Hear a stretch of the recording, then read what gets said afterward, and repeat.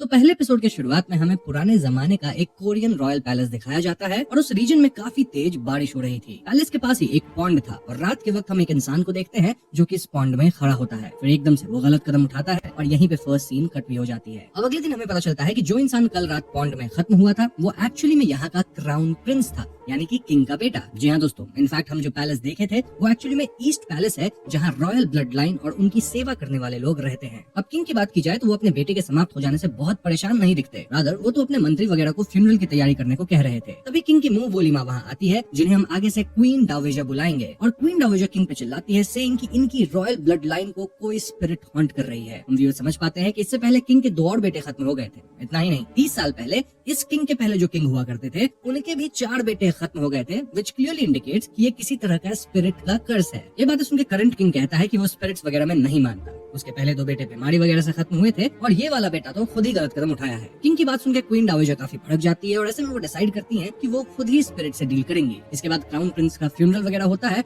और हम ये देखते हैं कि राज्य में जितने भी लोग थे वो सभी स्पिरिट वाली बात ही मान रहे थे जो कि किंग को पसंद नहीं आ रही थी ना। उस रात जब किंग सो रहे होते हैं तो एक स्पिरिट उन पे हमला करती है एंड स्पिरिट क्लियरली कहती है कि वो रॉयल ब्लड लाइन की सीड को ड्राई कर देगी, यानी कि वो रॉयल ब्लड लाइन के सभी बच्चे को खत्म कर देगी। किंग तुरंत अपनी तलवार से स्पिरिट पे हमला करते हैं, जिससे स्पिरिट तो गायब हो जाती है, लेकिन अब तक किंग को भी समझ आ गया था कि स्पिरिट का कर्स रियल है। तभी किंग को पता चलता है कि उनका एकमात्र बचा हुआ छोटा बेटा, जो कि अब करंट क्राउन प्रिंस है, वो एकदम से बीमार पड़ गया था। किंग तुरंत प्रिंस योइंगान को देखने जाते हैं और यहाँ प्रिंस पजेस होकर कहने लगता है कि मैं इसे भी खत्म कर दूंगा। इनफैक्ट प्रिंस तो एक कैंची से गलत कदम उठाने की कोशिश भी करता है, लेकिन वहाँ मौजूद लोग उसे काबू में लेके आते हैं। अब ऐसी खतरनाक स्थिति में किंग अगले ही दिन अपने लोगों के साथ एक टेम्पल जाते हैं जहाँ के मंक्स से वो स्पिरिट को भगाने में हेल्प मांगते हैं। मंक्स बताते हैं कि 30 साल पहले जिस मंक ने इस कर्स को खत्म किया था वो अब बूढ़े हो चुके हैं, इसलिए किंग को एक यंग बंदे की मदद लेनी होगी जो कि स्पिरिट्स को देख सकता है, और उसका नाम है गुचियन। गुचियन की माँ एक शमन हुआ करती थी, लेकिन जब वो प्रेग्नेंट हुई तब जिस गॉड को वो सर्व करती थी वो गॉड उनसे गुस्सा होकर उन्हें शाप दे दिए। इसी कारण से गुचियन की माँ अपने बेटे के साथ ही रिवर में कूद गई थी। अब माँ तो नहीं बची, लेकिन गुचियन बच गया। इनफैक्ट वो पानी के अंदर 15 मिनट से भी ज्यादा रहा था, स्टिल जिंदा वापस निकला। कई लोग मानते हैं कि वो डूब के निपट गया, लेकिन फिर से जिंदा हो गया और तभी से वो स्पिरिट्स वगैरह को देख सकता है, इनफैक्ट उनसे डील भी कर सकता है। ये सब बताने के बाद एक मंक गुचियन को बुलाने जाते हैं जो कि मस्त सो रहा था। गुचियन एकदम भी सीरियस बंदा नहीं था और किंग के हेल्प मांगने पे वो हेल्प करने से सीधा मना कर देता है, सेइंग कि अगर कोई कर्स्ड स्पिरिट तुम्हारे पीछे है तो तुमने ही कोई पाप किया होगा। गुचियन किंग से ये भी कहता है कि मैं आपके हाथ पे घाव देख पा रहा हूँ जो कि स्पिरिट के काटने से हुआ है। अगर आप अपनी जिंदगी ढंग से जीते तो इस सब में नहीं फंसते। हाँ, ये सब भाषण देकर गुचियन निकल पड़ता है, लेकिन कुछ ही देर बाद किंग के लोगों से पीट के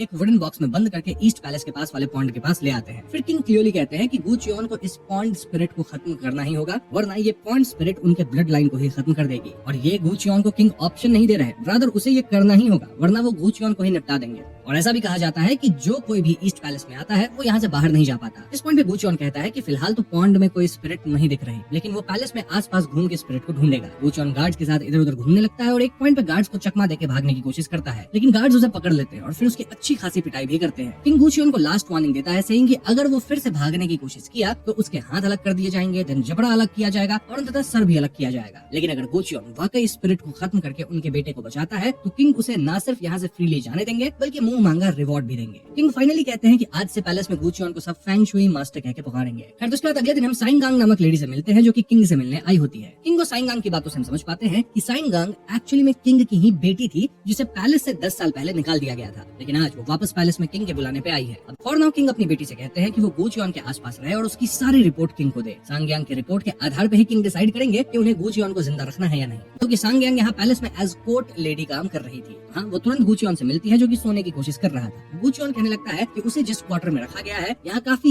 यिन एनर्जी एकत्रित है, जिस कारण से यहाँ काफी स्पिरिट्स ड्वेल करती हैं। गुचियन अपने कमरे की छत की तरफ भी देख रहा था, मानो यहाँ कोई स्पिरिट हो। सांग्यांग को गुचियन की बातों पे यकीन नहीं होता, इनफैक्ट वो तो गुचियन को ढोंगी समझने लगती है। इनके बीच थोड़ी बहस होती है, जिसके बाद सांग्यांग गुचियन को तैयार करवा के हाईएस्ट लेडी के पास लेके जाती है। मैं आपको बता दूं कि पैलेस में कई लेडीज काम करती हैं और जो इन सभी लेडीज को कमांड करती है वो हाईएस्ट लेडी है और यहाँ उनका नाम है लेडी जांग। तो सांग्यांग इसलिए यहाँ आई थी ताकि गुचियन प्रिंस को चेक करके उसकी हालत का अंदाजा लगा सके। लेकिन लेडी जोंग तुरंत सांग यांग को धुतकारती है, सेइंग कि तुम्हारी हिम्मत कैसे हुई यहाँ आने की, क्वीन डाओवेजर तुमसे और फेंग शुई मास्टर से मिलना नहीं चाहती है। इसके बाद लेडी जोंग जाके क्वीन डाओवेजर को सब बताती है कि कैसे फेंग शुई मास्टर यहाँ आया था और फिलहाल वो ईस्ट पैलेस के उस क्वार्टर में रह रहा है जो कि कर्स्ड माना जाता है, मतलब जहाँ कई लोग खत्म हुए हैं। सोचने वाली बात यह है दोस्तों कि उस क्वार्टर में जाने के बाद कई लोग जिंदा नहीं रह पाए थे, लेकिन गू च्योन को फिर भी वहीं पे भेजा गया था। हम ये भी देख पाते हैं कि प्रिंस की हालत और भी खराब हो चुकी थी। दूसरी तरफ गू च्योन और सांग यांग आपस में बातें कर रहे थे जब गू च्योन सांग यांग का हाथ पकड़ के कहता है कि सांग यांग के अंदर काफी यांग एनर्जी है। देन गू च्योन कुछ डिफरेंट टाइप्स ऑफ स्पिरिट के बारे में बताता है, लाइक गुई में रेगुलर स्पिरिट से अलग होते हैं जहाँ वो एक ही प्लेस पे हमेशा रहते हैं। स्पिरिट्स यूजुअली तब बनते हैं जब कोई इंसान खत्म होता है, लेकिन गुई में तब क्रिएट होते हैं जब नेचर की सिनिस्टर एनर्जी का लार्ज मास एक ही एरिया में एकत्रित हो जाता है। गू च्योन वही पास में गुई में देख भी पा रहा था। एंड देन गू च्योन कहता है कि गुई में कोई सोल नहीं होती जिसे आप भगा सको, इसीलिए गुई में से निपटना काफी मुश्किल है और गुई में उन लोगों को ज्यादा परेशान करती है जिनके दिल में डार्कनेस होती है। इसलिए इंसानों को हमेशा गुई में से दूरी बना के ही रखनी चाहिए। ना गुई में स्पेसिफिक ह्यूमंस के खिलाफ ग्रजेस नहीं रखते, इसलिए मोस्ट प्रोबेबली पॉन्ड स्पिरिट गुई में नहीं, रादर वोंग गुई है। अब वोंग गुई क्या होता है? वेल, उससे पहले आपको कॉमन गुई समझना होगा। देखो, कॉमन गुई ऐसे सोल्स होते हैं जिनकी हमारी दुनिया से अटैचमेंट रह जाती है, जिस कारण से वो आफ्टर लाइफ में नहीं जा पाते, इसलिए कॉमन गुई हार्मलेस होते हैं। लेकिन वोंग गुई ऐसे स्पिरिट्स है जो कि अपने दिल में बदले की भावना लेकर खत्म हुए थे, इसलिए स्पिरिट बन के वो उन लोगों को परेशान करते हैं जिनके कारण उन्हें अपनी जिंदगी में परेशानी हुई थी। और जितना वोंग गुई का गुस्सा बढ़ेगा, उनका बोझ उतना बढ़ता है और वो हमारी पृथ्वी से उतना ही ज्यादा बाउंड हो जाते हैं। तो वोंग गुई से निपटने का तरीका यही है कि उनके गुस्से का जो बोझ है ना, जो कि अर्थ से बाउंड हो चुका है, वेल, हमें उस बोझ को ही खत्म करना या हटाना होगा, जिससे फाइनली वो आफ्टर लाइफ में जा पाएंगे। और ये कर पाना बिल्कुल भी आसान नहीं है। खैर, इसके बाद गू सियोंग अपने क्वार्टर्स में जाके कपड़ों को फाड़ फाड़ के उसकी एक लंबी रस्सी बनाने लगता है। देन वो सांग यांग से पीच ट्री के कुछ ब्रांचेस तोड़ के लाने को कहता है। सांग यांग ऐसा ही करती है और अब तक सांग यांग को लग रहा था कि गू सियोंग बेकार सेल्फिश इंसान है। खैर, उस रात अचानक प्रिंस की तबीयत बहुत खराब हो जाती है और वहाँ मौजूद शमन भी प्रिंस को स्टेबल नहीं कर पा रहा था। ऐसे में सांग यांग तुरंत गू सियोंग के पास जाके उसे सब बताती है और गू सियोंग पीच ट्री की लकड़ियां और कपड़ों की बनी रस्सी लेके पॉन्ड के पास जाता है। गू सियोंग अपना खून पीच ट्री के स्टिक पे लगाता है, देन रस्सी को पेड़ से बांधता है और अपने गले में भी डालता है। गू सियोंग का प्लान था कि वो पॉन्ड में इंटर करके डूबेगा, जिससे वो वर्ल्ड ऑफ गुई में पहुंच जाएगा, जिसे हम स्पिरिट वर्ल्ड भी कह सकते हैं। ये रस्सी एक टेथर की तरह है जो कि उसे रियल वर्ल्ड से कनेक्टेड रखेगी, वरना उसकी आत्मा वर्ल्ड ऑफ गुई में कहीं खो जाएगी। गू सियोंग यहाँ सांग यांग के कमर पे लगा एक बेल अपने पास रख लेता है। देन सांग यांग के कान में कुछ तो कहता है जो कि फिलहाल तो हम व्यूअर्स को नहीं बताया गया। पानी में जाने से पहले गू सियोंग कहता है कि चाहे कुछ भी हो जाए, सांग यांग उसके शरीर को पानी से बाहर ना निकाले। तो यस, पानी में डूबते ही हम देखते हैं कि गू सियोंग वाकई वर्ल्ड ऑफ गुई में पहुंच गया, जो कि दिखने में लाल था, जैसा स्पिरिट वर्ल्ड होता है। यहाँ हम कई स्पिरिट्स को देखते हैं, लेकिन गू सियोंग सीधा उस जगह पे जाता है जहाँ प्रिंस फिलहाल खत्म हो रहा था। और सांग यांग भी गू सियोंग के जाने की आवाज सुन पाती है। कैसे? वेल, गू सियोंग उसका बेल ले लिया था जो कि आवाज कर रही थी। इनफैक्ट सांग यांग के पास भी स्पिरिट्स को सुनने की शक्ति है, हालांकि वो स्पिरिट्स को देख नहीं पाती। खैर, तो सांग यांग भी भाग के उस जगह पे जाती है जहाँ प्रिंस मौजूद था और यहाँ शमन के नाक वगैरह से भी खून निकल चुका था। स्टिल शमन कुछ कर नहीं पा रहा था। एक पॉइंट पे तो प्रिंस हवा में लेविटेट करने लगता है, लेकिन तभी गू सियोंग यहाँ आता है। वो पीच ट्री वाला ब्रांच निकालता है जो कि वर्ल्ड ऑफ गुई में एक प्रॉपर तलवार बन चुकी थी। इसके बाद गू सियोंग उस कमरे में जाता है जहाँ प्रिंस था और यहाँ हम क्लियरली एक स्पिरिट को देख पाते हैं जो कि अपने हाथ और बाल ट्रीज के ब्रांचेस की तरफ बढ़ा के प्रिंस को जकड़ी हुई थी। गू सियोंग अपनी तलवार से स्पिरिट पे हमला करके उसके सर को अलग कर देता है, लेकिन इससे ये स्पिरिट खत्म नहीं होती। देन गू सियोंग स्पिरिट के बीच हाथापाई होती है जहाँ स्पिरिट गू सियोंग पे भारी पड़ रही थी। इस पॉइंट पे रियल वर्ल्ड में सांग यांग अपना खून बहा के अपने सर पे लगा लेती है। क्यों? क्योंकि दोस्तों गू सियोंग पॉन्ड में जाने से पहले सांग यांग को ऐसा ही करने को कहा था कान में, स्पेशली तब जब प्रिंस थोड़ा स्टेबल दिखे। जी हाँ, गू सियोंग के हमले के बाद प्रिंस थोड़ा स्टेबल हो चुका था और इसलिए सांग यांग ऐसा करती है। उसके सर पे खून लगाते ये स्पिरिट सांग यांग की तरफ अट्रैक्ट होती है और तभी गू सियोंग पीछे से आता है और अपने तलवार से स्पिरिट पे हमला कर देता है। इससे स्पिरिट खत्म नहीं होती, लेकिन बहुत ज्यादा वीक जरूर हो जाती है। गू सियोंग का तलवार भी टूट चुका था और रियल वर्ल्ड में हम एक जला हुआ पीच ट्री ब्रांच को देखते हैं। गू सियोंग स्पिरिट से पूछता है कि तुम्हारे अंदर कौन सा ग्रज है कि तुम रॉयल ब्लड लाइन के इतने लोगों को निपटा रही हो। ये सुन के स्पिरिट गू सियोंग पे झपट्टा मारती है, लेकिन गू सियोंग भाग के उस क्वार्टर्स में जाता है जहाँ वो रह रहा था। क्वार्टर के छत पे एक अजीब दो मुही स्पिरिट थी जिससे गू सियोंग मदद मांगता है। गू सियोंग कहता है कि अगर ये स्पिरिट उसकी मदद करता है to deal with pond spirit, तो गू सियोंग उसे अपना आधा यांग दे देगा। ये दो मुही स्पिरिट शायद अग्री करती है, देन अजीब से मॉन्स्टर में ट्रांसफॉर्म होती है। हाँ, जैसे ही पॉन्ड स्पिरिट यहाँ आती है, ये दो मुही स्पिरिट उस पर हमला कर देती है। कुछ सेकंड्स के लिए लगता है मानो ये दो मुही स्पिरिट इस पॉन्ड स्पिरिट को खा ही जाएगी,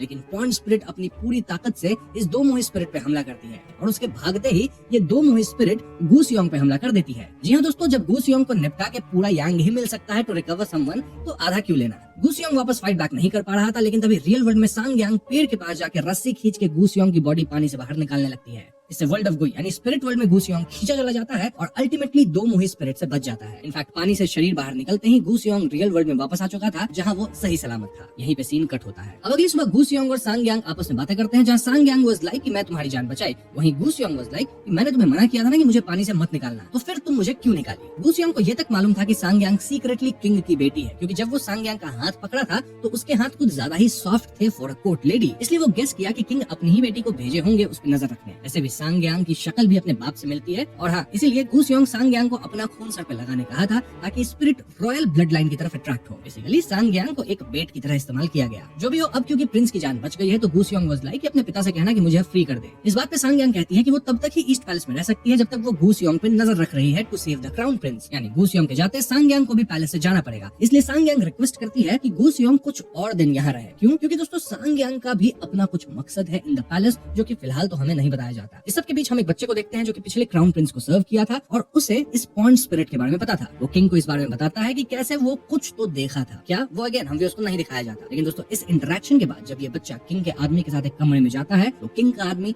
इस बच्चे को निपटा देता है। दूसरी तरफ सांगयांग गूसियोंग को बताती है कि जिसे भी इस पैलेस का राज पता चल जाता है उसे जिंदा नहीं बख्शा जाता। वो ये भी बताती है कि उसके पास स्पिरिट्स को सुनने की पावर है। बचपन में सांगयांग पैलेस के साल्ट स्टोर हाउस के अंदर से एक आवाज सुनी थी विच वाज सेइंग कि सरपेंट की शेड स्किन ने ड्रैगन के बच्चे को खत्म किया। यहाँ ड्रैगन के बच्चे का मतलब है किंग का बेटा। इसीलिए सांगयांग अभी वापस से उस साल्ट स्टोर को चेक करना चाहती थी जहाँ से उसे कुछ क्लूज मिल सकते हैं। बातों बातों के दौरान गूसियोंग की नजर कमरे के कोने पे जाती है जहाँ एक होल था और उस होल के अंदर एक क्यूट सा गुइमे था। गूसियोंग इस गुइमे को राइस केक देता है एंड देन इस गुइमे को देख के वो तुरंत सांगयांग के साथ भागता है। अब आइडियली तो गुइमे एक पर्टिकुलर जगह पे रहते हैं, वहीं से एसोसिएटेड होते हैं, वहां से बाहर नहीं जा सकते, राइट? वेल, ये एक स्पेशल गुइमे था जिसे ग्युमोक्सली कहते हैं और ये लिविंग इंसान से लैच ऑन कर जाते हैं। इनफैक्ट इंसान की यांग एनर्जी पे फीड करते हैं। जो लोग इससे इफेक्ट होते हैं वो किसी अजीब टेरर को विटनेस करके फाइनली निपट जाते हैं। इसलिए गूसियोंग और सांगयांग को इस ग्युमोक्सली से दूर भागना होगा। सांगयांग भी ओके कहती है। इनफैक्ट वो गूसियोंग को उसके नए क्वार्टर्स में लेके जाती है जो कि पिछली वाली जगह से बेटर थी। इनने गूसियोंग को नया क्वार्टर इसलिए दिया था क्योंकि वो उसके काम से खुश थे। हम देखते हैं कि ग्युमोक्सली क्यूट वे में लटकते हुए अब भी गूसियोंग के पीछे ही आ रहा था। दूसरी तरफ कुछ मंत्री लोग क्वीन डावेजर को भड़का रहे थे कि राज्य अब खतरे में है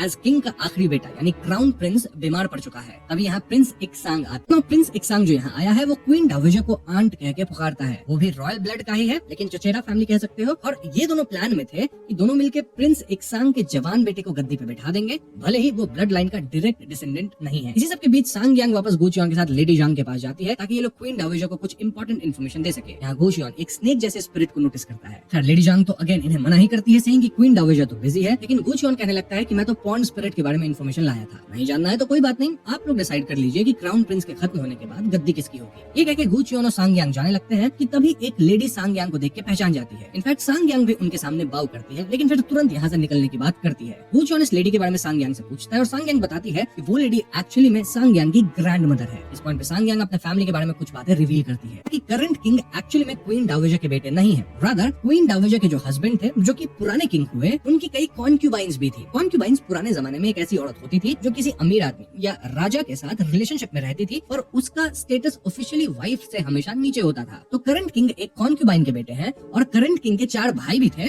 जो कि आइडियली गद्दी पे बैठते, लेकिन वो सारे भाई सरवाइव नहीं कर पाए। इसलिए जो करंट किंग है वो गद्दी पे बैठे, जबकि देखा जाए तो वो एग्जैक्टली रॉयल ब्लड लाइन से नहीं हुए, हाफ हुए, क्योंकि उनकी माँ कॉन्क्यूबाइन थी। अब क्योंकि करंट किंग एक कॉन्क्यूबाइन के बेटे हैं इसलिए क्वीन डावेजर उन्हें नीचा खून मानती है और कभी उन्हें एज किंग एक्सेप्ट नहीं करती। अभी दोस्तों वो प्रिंस इक्सांग के बेटे को गद्दी देना चाहती है। एनीवेज अगले सीन में हम देखते हैं कि किंग के मंत्री लोग इस बात को छेड़ते हैं कि गद्दी अब प्रिंस इक्सांग के बेटे को मिलनी चाहिए और इस बात पे किंग भड़कते हैं। क्लियरली किंग अपने बेटे को गद्दी पे बिठाना चाहते थे लेकिन वो तो बीमार है। पैरेलल में हम ये भी देख पाते हैं कि प्रिंस इक्सांग एक्चुअली में उस शमन के साथ प्लाटिंग कर रहा था जिसे हम करंट क्राउन प्रिंस को बचाते देखे थे। जी हाँ दोस्तों, ये शमन क्राउन प्रिंस को बचा नहीं रहा था, रादर वो तो इक्सांग के कहने पे क्राउन प्रिंस तक स्पिरिट को अट्रैक्ट करवा रहा था। लेकिन फिर स्पिरिट को अपना गूचियोन भगा दिया और ऐसे में इक्सांग वाज लाइक ये जो फैंग शुई मास्टर गूचियोन है ना, इस पे नजर रखनी होगी और जरूरत पड़ने पे उसे निपटाया भी जा सकता है। अब उस रात किंग को आइडिया लग गया था कि क्वीन डावेजर उनके खिलाफ जा रही है, इसलिए किंग भी अपनी चाल चलते हैं। वो अपने आदमी को सॉल्ट स्टोर रूम में भेजते हैं जहाँ उनका आदमी वहाँ के जमीन में दफन कुछ मटके निकाल के उसे फोड़ देता है। इससे कई स्पिरिट्स आजाद होती हैं जो कि यहाँ मौजूद गार्ड्स पे हमला करती हैं। इट वाज क्लियर कि ये स्पिरिट्स अब क्वीन डावेजर के पीछे भी आएंगे। सो यस, यहाँ रॉयल फैमिलीज का पॉलिटिक्स भी चल रहा है। अब अगली सुबह सांग यांग के क्वार्टर में एक कम उम्र की लेडी रूम शेयर करने आती है। वो बताती है कि कैसे कई स्पिरिट्स कल रात सोल्जर्स पे हमला करी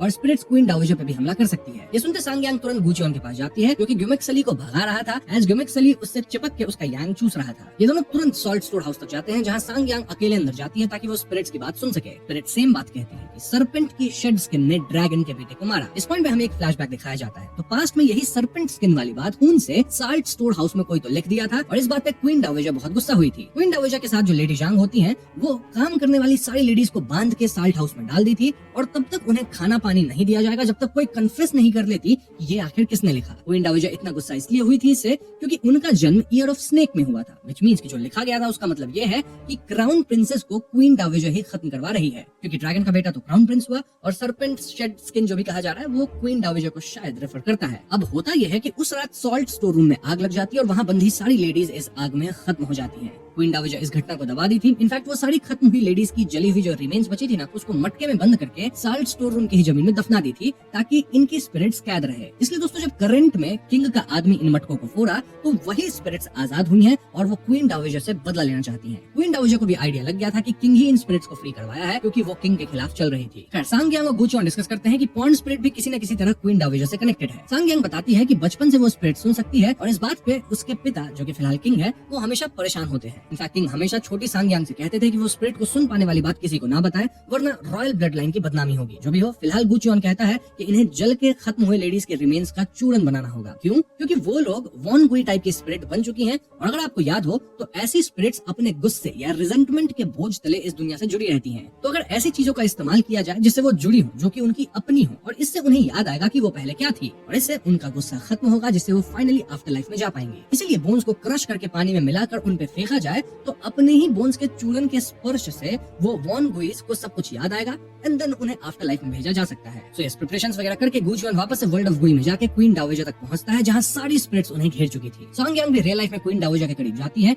जहां उनके आसपास सारी लेडीज बेहोश पड़ी थी। गुचियोन अपने पीच ट्री वाली लकड़ियों का तलवार बना के स्पिरिट्स पे हमला करता है, लेकिन ये स्पिरिट्स चोट खा के भी हील हो जा रही थी। एक पॉइंट पे स्पिरिट्स गुचियोन को ओवरपावर कर जाती हैं और तभी गुचियोन एक बेल बजाता है जिसे रियल लाइफ में सांग यांग सुनती है। बेल सुनते ही वो बोन्स का चूरन वाला जो पानी था ना वो फेंकना शुरू करती है और पानी के स्पर्श होते स्पिरिट्स बौखला उठती हैं। गुचियोन एक स्पिरिट को पकड़ता और बेल बजाता और जिस डायरेक्शन से आवाज आती सांग यांग उस डायरेक्शन में पानी फेंकती थी। सारी स्पिरिट्स से गुस्सा होकर और अटैक करती है और एक पॉइंट पे सभी एक जगह आके गुचियोन को दबोच लेती है। इस मोमेंट पे गुचियोन जोर से बेल बजाता है और सांग यांग सारा पानी उस जगह पे फेंकती है। इससे सारी स्पिरिट्स का जो गुस्सा था वो कहीं ना कहीं खत्म होता है और वो खुद की रियलिटी को रियलाइज करती है। देन गुचियोन एक एक करके सारी स्पिरिट्स को तलवार से खत्म करने लगता है जिससे वो आफ्टर लाइफ में जाने लगती है। इस पॉइंट पे सांग यांग क्वीन डाओवाजर के पास जाके कहती है कि मैं अब तक वो भूली नहीं हूँ जो आपने मेरे और मेरी माँ के साथ किया था। यहाँ क्वीन डाओवाजर काइंड ऑफ पजेस थी, आई मीन इन्हीं में से जो एक स्पिरिट थी उनके द्वारा ही पजेस थी। ये स्पिरिट बताती है कि पुराने टाइम पे जब कोर्ट की मोस्ट फेवर्ड लेडी खत्म होने वाली थी तब वो एक कर्स बोली थी। द कर्स वाज कि आज से इस जगह पे कोई भी रॉयल ब्लड फ्लो नहीं करेगा। मोस्ट फेवर्ड लेडी आगे बोली थी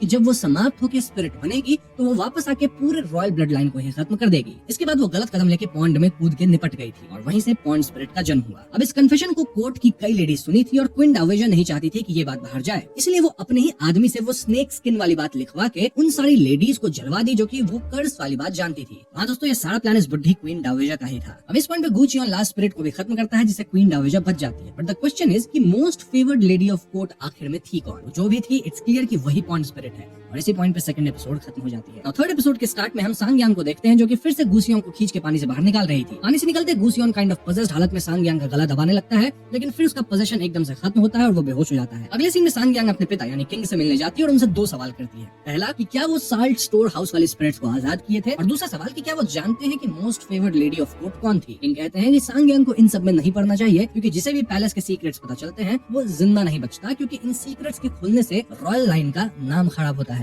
खैर इसके बाद सांग यांग गुचियोन से मिलने जाती है जो कि रेस्ट कर रहा होता है। पिछले रात 13 स्पिरिट से लड़ने के बाद उसका यांग काफी हद तक खत्म हो चुका था। इन दोनों के बीच ये बात होती है कि कैसे कल रात गुचियोन काइंड ऑफ सांग यांग का गला दबाने लगा था। इस पे गुचियोन कहता है कि जब उसकी बहुत यांग एनर्जी यूज हो जाती है तो वो स्पिरिट लाइक स्टेट में पहुंच जाता है इवन इफ वो पानी से बाहर आ जाए। उस स्टेट में गुचियोन क्या करता है इसीलिए उसे भी याद नहीं रहता। वैसे इस बात के बीच हमें गूसियों का फ्लैशबैक दिखाया जाता है जहाँ वो अपनी माँ के साथ पानी में था और तब वो अपनी माँ का भी गला दबाया था। दिस मीन्स कि गूसियोंग कुछ तो बात छिपा रहा है। और ना वो अपनी बात चेंज करके सांगयांग से पूछता है कि आखिर वो पैलेस में क्यों रुकना चाहती है। सांगयांग बताती है कि वो उस इंसान को खत्म करना चाहती है जो कि उसकी माँ को खत्म करी है। यहाँ हमें सांगयांग के 10 साल पहले का फ्लैशबैक दिखाया जाता है। I mean, जब वो बच्ची थी तब क्वीन डावेजर उसकी माँ को फंसाई थी। कैसे फंसाई? वेल, क्वीन डावेजर कहने लगी कि सांगयांग की माँ साल्ट स्टोर हाउस में कर्स्ड ऑब्जेक्ट रख दी थी क्योंकि सांगयांग की माँ जेलस थी कि उसको किंग से सिर्फ एक लड़की हुई। ये बोल के क्वीन सांगयांग और उसकी माँ को पैलेस से निकलवा दी थी, जबकि ये सारी बात झूठ थी। तब किंग भी सांगयांग की मदद नहीं किया था क्योंकि सांगयांग को स्पिरिट्स की आवाजें सुनाई देती थी। किंग नहीं चाहते थे कि ये सब बात फैले, बदनामी हो, तो भले ही ये यहाँ से चली जाए। अब पैलेस से बाहर निकल जाने के बाद एक दिन सांगयांग की माँ को पैलेस से मिठाई जैसा कुछ आया था जिसे खाते वो समाप्त हो गई क्योंकि उसके अंदर जहर था। तो आप सोच रहे होंगे कि सांगयांग की माँ के साथ ऐसा क्यों किया गया?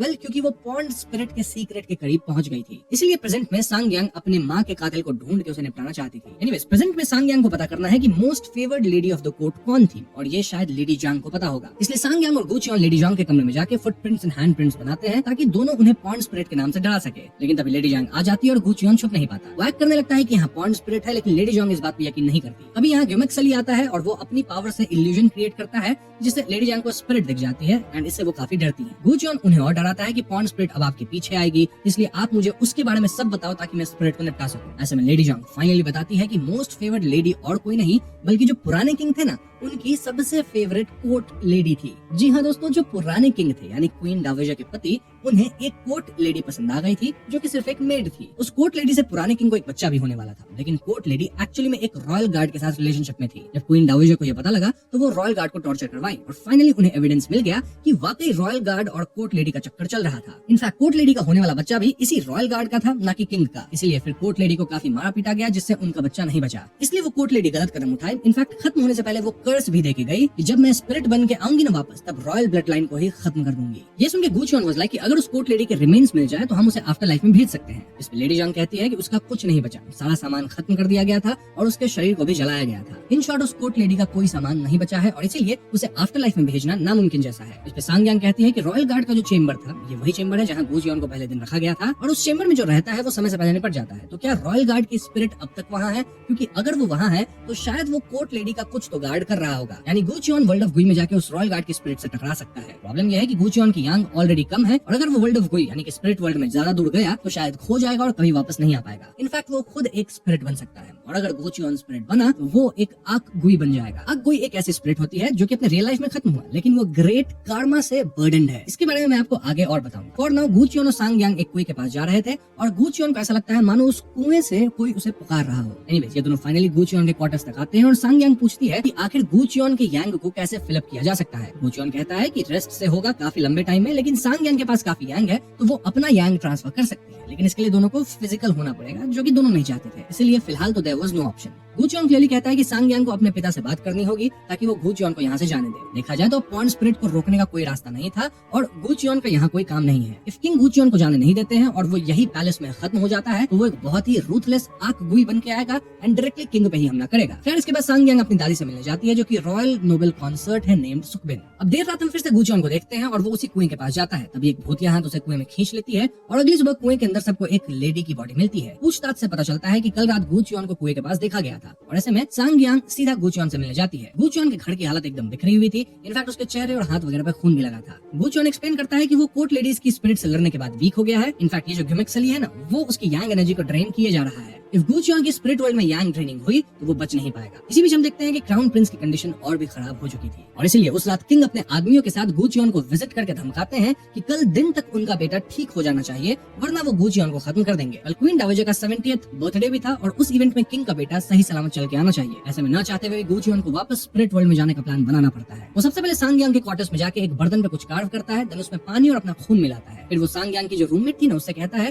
कि वो इस पानी में मिले खून वाले बर्तन को रॉयल गार्ड के क्वार्टर्स के सामने रख दे without spilling any water. Then गूचियोंग अपने हाथ बांधकर खुद एक बड़े से पानी के मटके में घुस जाता है ताकि वो स्पिरिट वर्ल्ड में जा सके। अब दोस्तों, यहाँ मैं आपको बता दूं कि गूचियोंग स्पिरिट वर्ल्ड में पीच ट्री की लकड़ी लेके जाता है जिसे वो तलवार की तरह यूज करता है। राइट, तो आपने नोटिस किया होगा कि उस तलवार से स्पिरिट पे हमला करने के बाद तलवार टूट जाती है और लकड़ी खत्म हो जाती है। तो अगर गूचियोंग एक ऐसे जोजोब ट्री के वुड का इस्तेमाल करे जिसपे बिजली गिरी हो तो वो पीच ट्री के लकड़ी की तरह टूटेगी नहीं। जोजोब ट्री की लकड़ी सबसे बेस्ट है to strike down evil in the spirit world. Anyways, तो गूचियोंग स्पिरिट वर्ल्ड में जा चुका है। वहीं वो छोटी कोर्ट लेडी भी ब्लड वाली पानी का बर्तन बर्तन रॉयल गार्ड के घर के बाहर रख दी है। एंड लकीली पास के जुजुब ट्री पे बिजली गिरी थी जिससे पेड़ में आग लग गया था, यानी सांग यांग उस पेड़ की लकड़ी ला सकती थी। तो इस स्पिरिट वर्ल्ड में रॉयल गार्ड का स्पिरिट दिखता है जो कि स्केयरक्रो जैसा दिख रहा था और वो गू चियोन से लड़ता है। लड़ाई काफी घमासान होती है और इसी के पैरेलल में सांग यांग रॉयल गार्ड के घर के बाहर आके लड़ाई की आवाज सुन पाती है। एक पॉइंट पर रॉयल गार्ड गू चियोन की दोनों तलवार तोड़ देता है, लेकिन इससे पहले वो गू चियोन को खत्म करता। सांग यांग जुजुब ट्री का लकड़ी लाके खून एंड पानी मिक्स बर्तन में डुबाती है। जली जुजुब ट्री लकड़ी पानी में डूब जाती है और क्योंकि पानी में गू चियोन का खून था तो लकड़ी एक पावरफुल तलवार के रूप में स्पिरिट वर्ल्ड में गू चियोन के सामने आती है। इस तलवार से गू चियोन फाइनली रॉयल गार्ड को हरा पाता है, जिससे गार्ड का चेहरा फाइनली दिखता है। इस पॉइंट पर गार्ड एक बहुत बड़ा राज खोलता है। वो बताता है कि उसका फेवरेट कोर्ट लेडी थी ना, जो कि अब पॉइंट स्प्रेड बन चुकी है, उसके साथ कोई चक्कर ही नहीं था। ब्रदर वो ये सब झूठ इसलिए बोला क्योंकि क्वीन डावेजर उससे और उसकी फैमिली को परेशान कर रही थी। यानी कि दोस्तों क्वीन डावेजर बस इस बात से जलती थी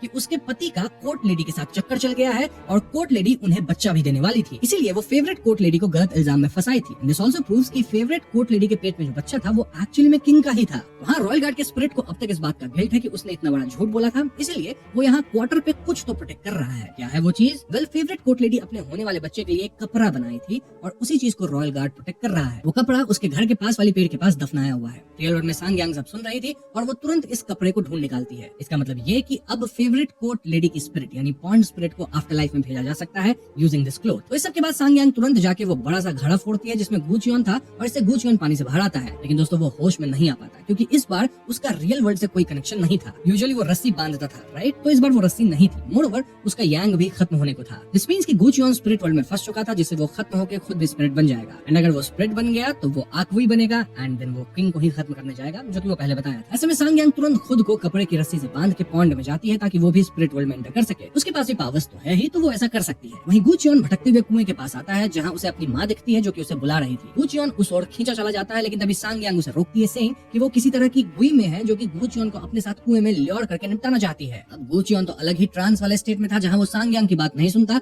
और वो गुई में के करीब चला जाता है। सांग यांग भी उसे रोक नहीं पाती, एज यहाँ कई स्पिरिट जमीन से निकल के सांग यांग को जकड़ ली थी। गू चियोन अपनी माँ को गले लगाता है जो कि एक्चुअली में उसकी माँ नहीं बल्कि एक इविल गुई में है। और यहाँ हम गू चियोन के बचपन में डूबने वाला फ्लैशबैक फिर से देखते हैं। और दोस्तों तब गू चियोन अपनी माँ का गला दबा रहा था और उसकी माँ गू चियोन को ऊपर धक्का देके खुद डूब गई थी। अभी गू चियोन शायद आज तक अपनी माँ के खत्म होने को लेकर खुद को गिल्टी मानता है और इसलिए वो अपनी माँ रूपी इस इविल स्पिरिट की तरफ गया। जो भी है ये इविल स्पिरिट अपने असली रूप में आती है जो कि किसी जानवर का था और इस पॉइंट पे गू चियोन का बचना नामुमकिन था। लेकिन तभी यहाँ गिमिक सली आता है। जी हाँ दोस्तों, वो सांग यांग के आसपास वाले स्पिरिट्स को खा के एकदम बड़ा सा बन जाता है। देन वो उस स्पिरिट पे हमला कर देता है जो कि गू चियोन को निपटा रहा था। गिमिक सली यहाँ गू चियोन को धक्का देता है और खुद उस इविल स्पिरिट के साथ कुएं में कूद जाता है। इस पॉइंट पे गू चियोन आक्वी वाले फॉर्म में आने लग गया था और इस फॉर्म में वो सीधा किंग को खत्म करने बढ़ जाता है। ऑफ कोर्स वो स्पिरिट वर्ल्ड में ही ऐसा कर रहा है और सांग यांग को उसे स्पिरिट वर्ल्ड में ही रोकना होगा। दूसरी तरफ रियल वर्ल्ड में किंग तैयार हो रहे थे क्योंकि आज क्वीन डावेजर की 70th बर्थडे थी। किंग को पता लगता है कि उनका बेटा अब तक ठीक नहीं हुआ है और उनकी बातों से हम समझ पाते हैं कि पास्ट में गद्दी पाने के लिए वो स्पिरिट्स की हेल्प लिए थे। अब बर्थडे सेरेमनी में क्वीन डावेजर क्लियरली किंग को साइडलाइन करके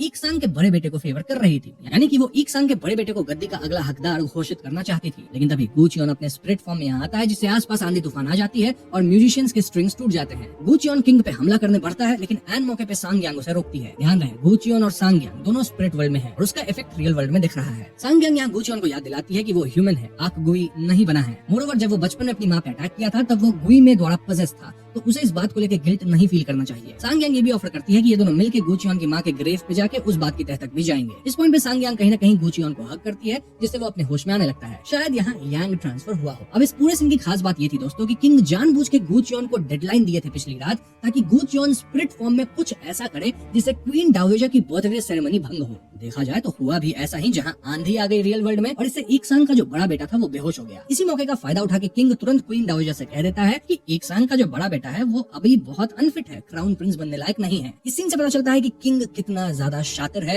and he is not a good person. खैर तो अगले सीन में हम गू चियोन को रियल वर्ल्ड में जागते देखते हैं एंड ऑफ कोर्स सांग यांग उसके स्पिरिट को बचा ली थी। होश में आते गू चियोन तुरंत पॉन्ड के पास जाके सांग यांग को भी खींच के बाहर निकालता है। सांग यांग काफी थकी थी जिससे वो बेहोश होती है और गू चियोन उसे उसके क्वार्टर्स लेके जाता है टू रेस्ट। यहाँ सांग यांग को सपने में एक पुरानी बात याद आती है जहाँ सांग यांग की माँ उससे कह रही होती है कि तुम्हारे पिता ही इस पैलेस के एंटिटी हैं। खैर सांग यांग को जब होश आता है तो उसे पता लगता है कि वो तकरीबन 3 दिन से बेहोश थी। यहाँ सांग यांग बताती है कि वो पॉन्ड स्पिरिट द्वारा अपने बच्चे के लिए बनाई गई क्लोथ खोज चुकी है और इसकी मदद से ये लोग पॉन्ड स्पिरिट को आफ्टर लाइफ में भेज सकते हैं। अब इस पॉइंट पे सांग यांग एक खतरनाक बात रिवील करती है। वो बताती है कि जब वो गू चियोन को बचाने के लिए स्पिरिट वर्ल्ड में एंटर करी थी by going into the pond, तब स्पिरिट वर्ल्ड में वो पॉन्ड स्पिरिट एक्चुअली में सांग यांग पे हमला करके उसके बैक पे स्क्रैच कर दी थी। स्क्रैच से पॉन्ड स्पिरिट सांग यांग की स्पिरिचुअल एनर्जी को ड्रेन करके खुद को हील कर ली थी। यानी कि दोस्तों पॉन्ड स्पिरिट अब कभी भी वापस क्राउन प्रिंस पे हमला करके उसे निपटाने वापस आएगी। इनफैक्ट हम जान पाते हैं कि क्राउन प्रिंस की हालत वापस से काफी खराब हो गई थी। ऐसे में उसी रात सांग यांग और गु चियोन इस पॉन्ड स्पिरिट को निपटाने की ठान लेते हैं, जहाँ गु चियोन रस्सी बांध के कुएं में उतरता है to enter spirit world. Spirit world के बोट में ये लोग एक बेट डालते हैं जो कि इस कुएं वाले स्पिरिट का कटा हुआ सर था, याद है ना, कुएं में था यहाँ उसका ही, लेकिन उसे छुपा के उसके अंदर से बच्चे की रोने की आवाज निकाली जा रही थी। इस आवाज को सुनकर पॉन्ड स्पिरिट बच्चे के पास आती है क्योंकि उसका बच्चा पेट में ही निपट गया था। हाँ, उसके अंदर बच्चे को लेकर सहानुभूति थी और इसी मोमेंट का फायदा उठा के गु चियोन पॉन्ड स्पिरिट पे हमला करता है। वहीं रियल वर्ल्ड में सांग यांग एक बो से ठीक उस जगह हमला करती है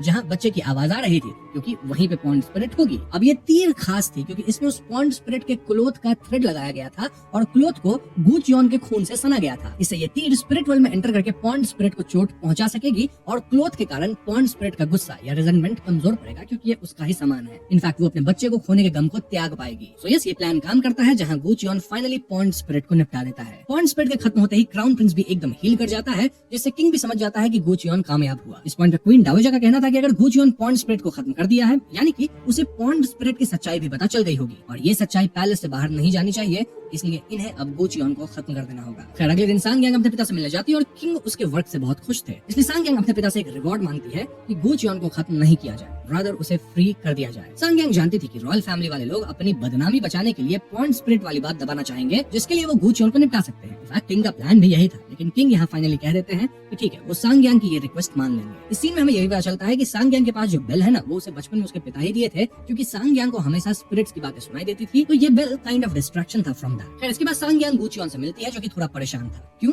क्योंकि गु चियोन का मानना था कि जो पॉन्ड स्पिरिट पिछले 30 साल से राज घराने के इतने लोगों को खत्म करी है, वो इतनी वीक कैसे हो सकती है कि गु चियोन और सांग यांग के सिंपल प्लान में फंस के खत्म हो गई। बेसिकली यहाँ गु चियोन को दाल में कुछ तो काला लग रहा था, लेकिन देखा जाए तो वाकई क्राउन प्रिंस तो हील हो गया है। सांग यांग इस बात पे ज्यादा ध्यान नहीं देती, रादर उसका ध्यान तो इस बात पे था कि उसे अपने माँ के कातिल को ढूंढना होगा, जो कि शायद क्वीन डाओवेजा ही है। इसलिए सांग यांग क्वीन डाओवेजा से मिलने जाती है, जहाँ हमें पता चलता है कि सांग यांग की माँ इस पैलेस की 3rd सीनियर कॉन्सर्ट हान थी। सांग यांग यहाँ क्वीन डाओवेजा के लिए गिफ्ट के तौर पे वही स्वीट लाई थी जिसे खा के उसकी माँ खत्म हुई थी। क्वीन डाओवेजा की बातों से हम समझ पाते हैं कि वही सांग यांग की माँ हान को भी फंसा के पैलेस से निकलवाई थी, क्योंकि हान को साल्ट स्टोर हाउस और कोर्ट लेडीज के खत्म होने वाली बात की असलियत पता चल गई थी। ये सब शुरू हुआ था मोस्ट फेवर्ड कोर्ट लेडी की कहानी से। देन उस बात को जो कोर्ट लेडीज समझ गई, उनको जलवा दिया गया। फिर कोर्ट लेडीज की बात समझ गई हान, मतलब कि सांग यांग की माँ, तो उनको निकलवा के फिर जहर दिलवा के खत्म किया गया। क्वीन सांग यांग द्वारा दी गई मिठाई फेंक देती है और कहने लगती है कि फेंग शुई मास्टर गु चियोन तुम्हें ये सब अनाप शनाप बातें सिखाया है, मैं उसको खत्म करवा दूंगी। सांग यांग यहाँ बुढ़ी क्वीन डाओवेजा को भड़काती है और ऐसे में क्वीन डाओवेजा पूरा बक देती है कि वो मोस्ट फेवर्ड कोर्ट लेडी से जलती थी, क्योंकि देखा जाए तो क्वीन डाओवेजा रॉयल लाइनेज से है, वहीं वो फेवर्ड कोर्ट लेडी एक सिंपल मेड थी। स्टिल उसके पति कोर्ट लेडी की तरफ आकर्षित थे और उसे बच्चा भी प्राप्त करने वाले थे, इसलिए क्वीन डाओवेजा ये सब करी और उस कांड को छुपाने के लिए कोर्ट लेडीज को जलवाई। देन सांग यांग की माँ को ना सिर्फ ईस्ट पैलेस से निकलवा दी, बल्कि जहर वाली मिठाई भिजवा के खत्म करवा दी। इस कन्फेशन के दौरान हम एक स्पिरिट स्नेक को देखते हैं जो कि क्वीन डाओवेजा को जकड़ चुका था। दोस्तों क्वीन डाओवेजा की कन्फेशन बाहर खड़ी कई कोर्ट लेडीज सुन लेती है, इनफैक्ट कॉन्सर्ट्स भी सुनती हैं, और सांग यांग कहती है कि वो ये सच्चाई अपने पिता को बता देगी। इससे ये होगा कि फाइनली क्वीन डाओवेजा से वो छीन लिया जाएगा जो उन्हें सबसे ज्यादा चाहिए होता है, and that is this palace. जी हाँ, क्वीन डाओवेजा 9 या 11 साल की उम्र से इस पैलेस में रही हैं और यहाँ से कभी बाहर तक नहीं निकली हैं। उनको पावर पसंद है और वही उनसे छीना जाएगा। दूसरी तरफ किंग के लोग गु चियोन पे हमला करके उससे पूछने लगते हैं कि उसे पॉन्ड स्पिरिट के बारे में क्या पता चला है। गु चियोन अपना मुंह नहीं खोलता और ऐसे में उसे एक वुडन बॉक्स में रात भर के लिए बंद रखा जाता है। अगली सुबह किंग के वही लोग गु चियोन को आजाद कर देते हैं, सेइंग कि ये उसका टेस्ट था कि क्या वो वाकई इस बारे में अपना मुंह बंद रख सकता है। टर्न्स आउट गु चियोन कुछ रिवील नहीं किया, इसलिए वो टेस्ट में पास हुआ और इसलिए उसे पैलेस से निकलने के लिए एक सील दिया जाता है, साथ ही कुछ रिवॉर्ड्स भी दिए जाते हैं। तो हाँ, सुबह सुबह गु चियोन जाने लगता है और पैलेस के अंदर उसे फिर से क्यूटी ग्युमेक्सली दिखता है। तभी इस ग्युमेक्सली पे वही स्पिरिट स्नेक हमला करता है और गु चियोन समहाउ ग्युमेक्सली को बचाता है। क्यों? क्योंकि ग्युमेक्सली भी तो गु चियोन को उस वेल वाली गुई में से बचाया था। इस हमले से ग्युमेक्सली थोड़ा इंजर्ड हो गया था, इसलिए गु चियोन उसे अपना थोड़ा यांग सक करने देता है और ग्युमेक्सली तो बहुत ज्यादा यांग खींचने लगता है। गु चियोन अपनी हाथ झटक के ग्युमेक्सली को खुद से अलग करता है और दोस्तों ये सीन थोड़ा सा फनी था। वहीं दूसरी तरफ सांग यांग अपने पिता से मिलने जाती है और वो कहती है कि गु चियोन पॉन्ड स्पिरिट की स्ट्रेंथ को क्वेश्चन कर रहा था। अगर ये पॉन्ड स्पिरिट पिछले किंग के 4 बेटे को समाप्त करी, देन जो करंट किंग है उनके 3 बेटे को निपटाने की ताकत रखती है, तो वो इतनी जल्दी खत्म कैसे हो गई। सांग यांग इनडायरेक्टली हिंट करने लगती है कि पिछले किंग के 4 प्रिंसेस को खत्म होने में कहीं ना कहीं अभी वाले किंग का हाथ है, यानी कि सांग यांग के पिता का हाथ है। क्योंकि सांग यांग के जो पिता हैं वो एक्चुअली में जो 4 पहले मरे थे पुराने किंग के बेटे, उनके भाई हुए और उन चारों के खत्म होने के बाद ही करंट किंग गद्दी पे बैठ पाए। हमें पास्ट का सीन दिखाया जाता है जहाँ पुराने किंग के सारे बेटे यानी करंट किंग के सौतेले भाई वगैरह एकदम से खत्म हुए थे, एज इफ उन्हें जहर दे दिया गया हो या फिर किसी तरह के स्पिरिट का कर्स लगा हो। पूछने पे करंट किंग कहने लगते हैं कि वो सब किसी स्पिरिट के कर्स की वजह से खत्म हुए थे। इट वाज क्लियर कि उन सबकी मौत में करंट किंग का हाथ था, चाहे वो जहर से हुआ हो या फिर किसी स्पिरिट की मदद लेके। और करंट किंग ऐसा क्यों किए होंगे? ताकि वो गद्दी पे बैठ सके, क्योंकि उनसे पहले गद्दी पे हक उन 4 लोगों का था। ये सब पता लगने के बाद सांग यांग काफी डिस्टर्ब होती है और किंग अपने बेटे क्राउन प्रिंस के साथ घोड़े पे बैठ के शिकार के लिए निकल लेते हैं। अब सांग यांग भागते हुए पॉन्ड के पास जाती है जहाँ उसे गू चियोन मिल जाता है। गू चियोन बताता है कि पॉन्ड लेडी वो स्पिरिट नहीं है जो कि क्राउन प्रिंस को कर्ज करी थी। इनफैक्ट सांग यांग के बैक पे स्क्रैच करने वाली स्पिरिट भी पॉन्ड स्पिरिट नहीं थी। यानी कि दोस्तों यहाँ एक और स्पिरिट है जो कि शायद दिखने में पॉन्ड स्पिरिट जैसी है, बट यही स्पिरिट रियल खतरनाक और पावरफुल स्पिरिट है। अभी फाइनली हमें एक स्पिरिट दिखाया जाता है जो कि लंबे बालों वाला एक लड़का है और दोस्तों ये वाकई बहुत ज्यादा पावरफुल था। हमें एक फ्लैशबैक में दिखाया जाता है जहाँ रॉयल फैमिली का ही एक बंदा लहूलुहान पानी में चला जाता है और वो कह रहा था कि रॉयल हाउस की सारी सीक्रेट्स रिवील होंगी और मैं रियल वन बनूंगा। देन वो पानी में जाके खत्म हुआ था और वही स्पिरिट बन के अब तक अटैक कर रहा था। इनफैक्ट इनिशियल एपिसोड में गू चियोन इसी पावरफुल स्पिरिट से लड़ाई किया था, ना कि पॉन्ड स्पिरिट से। और हाँ, सांग यांग के बैक वाला घाव भी अब दर्द कर रहा था। इसी के पैरेलल में हम देखते हैं कि किंग अपने क्राउन प्रिंस के साथ शिकार पे थे जहाँ एकदम से उनका बेटा खत्म हो जाता है। जी हाँ दोस्तों, और क्योंकि किंग का बेटा नहीं बच पाया, किंग अब गू चियोन को जिंदा नहीं छोड़ेंगे। गू चियोन भी समय रहते ईस्ट पैलेस से निकला नहीं और शायद अब उसे जल्दी यहाँ से भागना होगा। लेकिन गू चियोन वाज लाइक कि सांग यांग भी क्राउन प्रिंस की तरह खत्म होने वाली है as she is from royal blood line. In fact powerful spirit उसे भी तो स्क्रैच किया ही था। हम गू चियोन उसे छोड़ के कहीं नहीं जाएगा। कहते हैं कि जो स्पिरिट किंग के पीछे पड़ी है वो एक्चुअली में पॉन्ड स्पिरिट नहीं बल्कि कोई और है। ये स्पिरिट एक्चुअली में किंग का खुद का बेटा है। तो पहले एपिसोड में किंग का एक बेटा समाप्त हुआ था, राइट? और उस वक्त वही क्राउन प्रिंस था। वेल, वही ईस्ट पैलेस को हॉन्ट कर रहा है। अब वो अपने ही पिता के पीछे क्यों पड़ा है? इनका आखिरी बेटा भी निपट गया था और ऐसे में यहाँ हम उसकी फ्यूनरल वगैरह देख पाते हैं। वहीं अगर गू चियोन की बात की जाए तो सांग यांग उसे अपने ग्रैंडमदर के क्वार्टर्स के एक वुडन बॉक्स में छिपा दी थी, जिस बॉक्स के ऊपर बुद्धा का स्टैचू था। गू चियोन को इसलिए छिपाया जा रहा था क्योंकि किंग का आखिरी बेटा भी खत्म हो चुका है और ऐसे में किंग गू चियोन को जिंदा नहीं छोड़ते। गू चियोन बॉक्स के होल से सांग यांग को योम मी के बारे में बताता है जो कि एक विशियस कर्स रिचुअल है। ये वॉन गुई क्रिएट करने का एक एक्ट है जहाँ आप इंसान को एक जार में सील कर देते हो और वो इंसान मौत तक भूखा रहता है। इस रिचुअल का इस्तेमाल करके गू चियोन की सोल समहाउ क्राउन प्रिंस के स्पिरिट को रोकने या सील करने की कोशिश करती है। जब तक गू चियोन ये करेगा तब तक सांग यांग अपने पिता से बात करके समहाउ गू चियोन की जान को बख्श देने की भीख मांग सकती है। जाने से पहले सांग यांग गू चियोन को अपना एक रुमाल देती है जिससे वो इस वुडन बॉक्स के होल को बंद करके रख सकता है। इसके बाद सांग यांग तुरंत किंग से मिलकर गू चियोन को जिंदा छोड़ने की गुहार लगाती है, लेकिन किंग इसके लिए नहीं मानते। उससे में सांग यांग कह देती है कि उसे पता है कि किंग अपने सौतेले भाइयों को खत्म किए थे ताकि वो गद्दी पे बैठ सके। बातों बातों में ये बात भी ऊपर आ जाती है कि शायद किंग ही सांग यांग की माँ को जहरीली मिठाई वाला डब्बा भेजे होंगे। इन बातों से किंग बहुत गुस्सा करते हैं और सांग यांग को उसके क्वार्टर्स में ही होम अरेस्ट वाली सिचुएशन में डाल देते हैं। उधर गू चियोन भूखे प्यासे स्टेट में था ताकि वो योम मी रिचुअल करने वाली स्थिति में आ जाए। बाहर ग्यूमेक सली तो मस्त खाना खा रहा था। तो ऐसे ही कुछ दिन और रात बीतते हैं और गू चियोन की हालत बहुत ज्यादा खराब हो चुकी थी। क्राउन प्रिंस की स्पिरिट भी अपना वर्चस्व बढ़ा रही थी और इसीलिए अब उसे बाउंड करना जरूरी है। ऐसे में गू चियोन बक्से के थ्रू सांग यांग की ग्रैंड मदर कॉन्सर्ट सुकबिन से बात करता है और उन्हें बताता है कि क्राउन प्रिंस की स्पिरिट किंग को खत्म करना चाहती है, तो सुकबिन को गू चियोन की मदद करनी होगी टू स्टॉप दिस। वहीं किंग के दरबार में मंत्री लोग बताते हैं कि आसपास के गांव में किसी तरह का प्लेग फैलने लगा है जिससे लोग समाप्त हो रहे हैं। फिर मंत्री लोग वापस प्रपोज करते हैं कि एक सांग के बेटे को अगला क्राउन प्रिंस घोषित किया जाए, लेकिन इस बात पे किंग भड़कते हैं। वैसे हम व्यूअर्स देख पाते हैं कि क्राउन प्रिंस की स्पिरिट अब किंग के करीब आने लग गई थी और वो शायद किंग को निपटा सकती थी। वहीं इक्सांग के साथ वाला शमन भी कंफर्म करता है कि इविल स्पिरिट की पावर पूरे पैलेस में फैल चुकी है और इससे किंग का बचना नामुमकिन है। बस ये गू चियोन ही किंग को बचा सकता है, इसलिए इक्सांग और इस समन को मिलकर गू चियोन को निपटाना होगा। वो अलग बात है कि फिलहाल गू चियोन पैलेस में कहीं तो छिपा है और ये इन्हें भी नहीं पता कि वो कहाँ छिपा है। खैर, तो अगले दिन किंग अपने लोगों के साथ और सांग यांग के साथ उन गाँव को विजिट करते हैं जहाँ प्लेग आ चुकी थी। वहाँ पता लगता है कि अगर एक फैमिली में कोई बीमार पड़ता है तो एक दिन के अंदर बाकी मेंबर्स भी बीमार हो जाते हैं एंड फाइनली सब निपट जाते हैं। किंग एक बीमार बच्चे को देख के समझ जाते हैं कि ये कोई बीमारी नहीं, रादर किसी तरह का कर्स है, शायद क्राउन प्रिंस का कर्स। वहीं दूसरी तरफ ग्रैंड मदर सुकबिन गू चियोन को क्राउन प्रिंस द्वारा लिखा हुआ कुछ पोएम्स देती हैं। गू चियोन इन पोएम्स को रीराइट करके अपने वुडन बॉक्स में चारों तरफ चिपकाता है। देन वो सुकबिन से कहता है कि क्राउन प्रिंस का जो केबिन हुआ करता था वहाँ डोर हैंडल हटा देना और धागा से डोर को बांधना। देन इन पोएम्स को चारों तरफ चिपका देना जिससे एक सील क्रिएट होगा और क्राउन प्रिंस के स्पिरिट की पावर और नहीं बढ़ पाएगी। अब सुकबिन के अंदर जो कोर्ट लेडीज काम करती थी वो ये सब करती हैं। वहीं पैरेलल में इक्सांग का शमन अपना एक रिचुअल करके पता कर लेता है कि गू चियोन कहाँ छुपा है। वो गू चियोन की लोकेशन लीक कर देता है जिससे किंग के लोग गू चियोन को पकड़ने निकल जाते हैं। सो यस, गू चियोन योंग मी रिचुअल कर रहा था जिससे क्राउन प्रिंस की स्पिरिट अपने ही कमरे में कैद हो गई थी। लेकिन तभी किंग के गार्ड्स गू चियोन को इस वुडन बॉक्स से खींच के निकाल देते हैं और गू चियोन के बॉक्स से निकलते ही क्राउन प्रिंस की स्पिरिट भी आजाद हो जाती है। नाउ किंग ऑर्डर देते हैं कि गू चियोन को खत्म किया जाए और किंग का जो चीफ यूनिक है वो गू चियोन को चाकू भी मारता है। लेकिन तभी क्राउन प्रिंस की स्पिरिट किंग पे अटैक कर देती है जिससे किंग को खून की उल्टी होती है। अब किंग को सिर्फ गुचियॉन ही बचा सकता था, इसलिए उसे खत्म नहीं किया जाता। इनफैक्ट हमें ये भी बताया जाता है कि किंग शायद पूरी रात भी सर्वाइव नहीं कर पाएंगे। वैसे ये न्यूज सुन के क्वीन डावेजर बहुत खुश होती है, क्योंकि उन्हें तो इक्सांग के बेटे को क्राउन प्रिंस घोषित करना था। खैर तो सांग यांग यहाँ गुचियॉन से मिलती है और गुचियॉन बताता है कि क्राउन प्रिंस की स्पिरिट बहुत स्ट्रांग हो चुकी है और उसे रोकने का सिर्फ एक उपाय है। क्या? इन्हें क्राउन प्रिंस की दफन की गई बॉडी लानी होगी, जिसे बाइंड करना होगा। अब रॉयल ब्लड लाइन में किसी का भी कब्र वापस से खोलना एक गुनाह है, लेकिन सांग यांग चीफ को कहती है कि किंग को बचाने के लिए उन्हें यह गुनाह करना ही होगा। हाँ दोस्तों, रातों रात क्राउन प्रिंस की बॉडी को एनिमल बॉडीज वगैरह से कवर करके और छुपा के पैलेस लाया जाता है, ताकि क्राउन प्रिंस की स्पिरिट को ये पता न लगे। देन गुचियॉन वापस पॉन्ड में जाके वर्ल्ड ऑफ गुई यानी स्पिरिट वर्ल्ड में जाता है। यहाँ वो क्राउन प्रिंस के स्पिरिट से लड़ जाता है, बट ये स्पिरिट गुचियॉन से ज्यादा स्ट्रॉन्ग थी। लेकिन दोस्तों, रियल वर्ल्ड में सांग यांग के पास क्राउन प्रिंस की बॉडी थी, जिसे वो खून में सने रोप से बांध देती है। ऐसा करते स्पिरिट वर्ल्ड में क्राउन प्रिंस की स्पिरिट बन जाती है और गुचियॉन का पलड़ा भारी होने लगता है। क्राउन प्रिंस की स्पिरिट बार बार इस बंधन से आजाद हो रही थी, लेकिन सांग यांग रियल वर्ल्ड में उसके मुंह में रोप डालने लगती है, जिससे स्पिरिट काफी वीक होती है। इस पॉइंट पे गुचियॉन ऑलमोस्ट जीत ही गया था, लेकिन तभी यहाँ एक अजीब सी व्हाइटिश गार्डियन स्पिरिट आके गुचियॉन पे हमला कर देती है। जी हाँ दोस्तों, ये गार्डियन स्पिरिट थी द ग्रिम एल्डर, और इस स्पिरिट को वो इक्सांग का जो शमन है ना, वो कॉल करके इधर भेज दिया था। शमन रियल वर्ल्ड में रिचुअल्स कर रहा था और सेम स्टेप्स फॉलो करके ये गार्डियन स्पिरिट गुचियॉन पे हमला कर रही थी। इन दोनों के बीच भी खतरनाक लड़ाई होती है,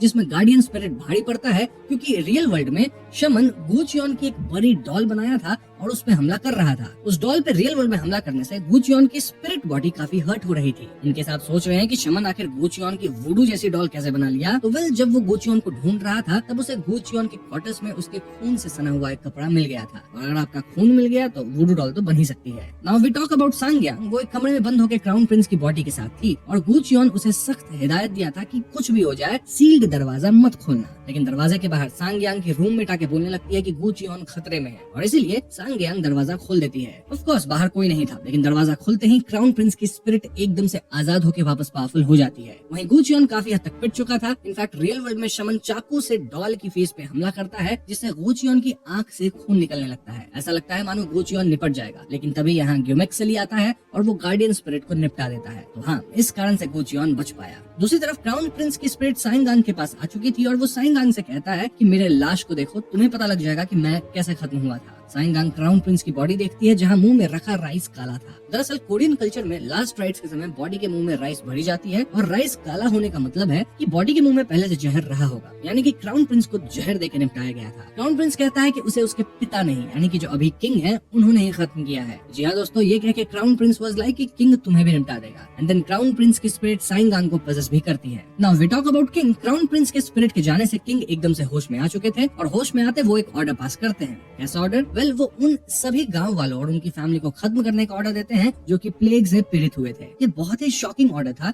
लेकिन सोल्जर्स को किंग की बात माननी ही होती है। वहीं गुचियॉन पॉन्ड से बाहर निकल कर रियल वर्ल्ड में आता है और वो किंग से मिलता है। किंग गुचियॉन की जान बख्शते हैं, लेकिन उसे सिर्फ 10 दिन का समय देते हैं, जिसके अंदर उसे इस क्राउन प्रिंस के स्पिरिट को खत्म करना होगा। By the way, spirit world में लड़ाई के बाद गुचियॉन की विजन खराब हो गई थी, जहाँ ना तो अब उसे स्पिरिट्स दिख रहे थे, ना ही रियल लाइफ में वो चीजें क्लियरली देख पा रहा था। इसके बाद गुचियॉन बाहर जाता है, जहाँ सांग यांग बेहोश पड़ी थी, और फाइनली वो पजेस्ड नहीं थी। स्पिरिट पोजेशन के कारण वो बाहर आके बेहोश हुई होगी। जो भी हो, गुचियॉन सांग यांग को क्वार्टर्स लेके जाता है, जहाँ आराम करने के बाद वो होश में आती है। सांग यांग तुरंत गुचियॉन को सब बता देती है कि कैसे शायद किंग ने ही अपने बेटे को खत्म किया है, तभी क्राउन प्रिंस किंग को खत्म करना चाहता है। अब किंग ने ऐसा क्यों किया होगा, ये आपको आगे पता चल ही जाएगा। फॉर नाउ गुचियॉन एक कपड़े की पोटली बना के सांग यांग को अपने पास रखने को कहता है, क्योंकि इसके रहते कोई भी स्पिरिट सांग यांग को पजेस नहीं कर पाएगी। गुचियॉन बताता है कि उसे अपनी विजन वापस पाने के लिए उस शमन को ढूंढना होगा, जो कि गार्डियन स्पिरिट से उस पर हमला करवाया था। इनफैक्ट उस शमन से ये भी पता चल जाएगा कि आखिर कौन किंग को खत्म करवाना चाहता है apart from crown Prince spirit. तो इसके बाद सांग यांग गुचियॉन को लेकर क्वीन डावेजर से मिलने जाती है, जहाँ क्वीन डावेजर की खुद की हालत खराब थी।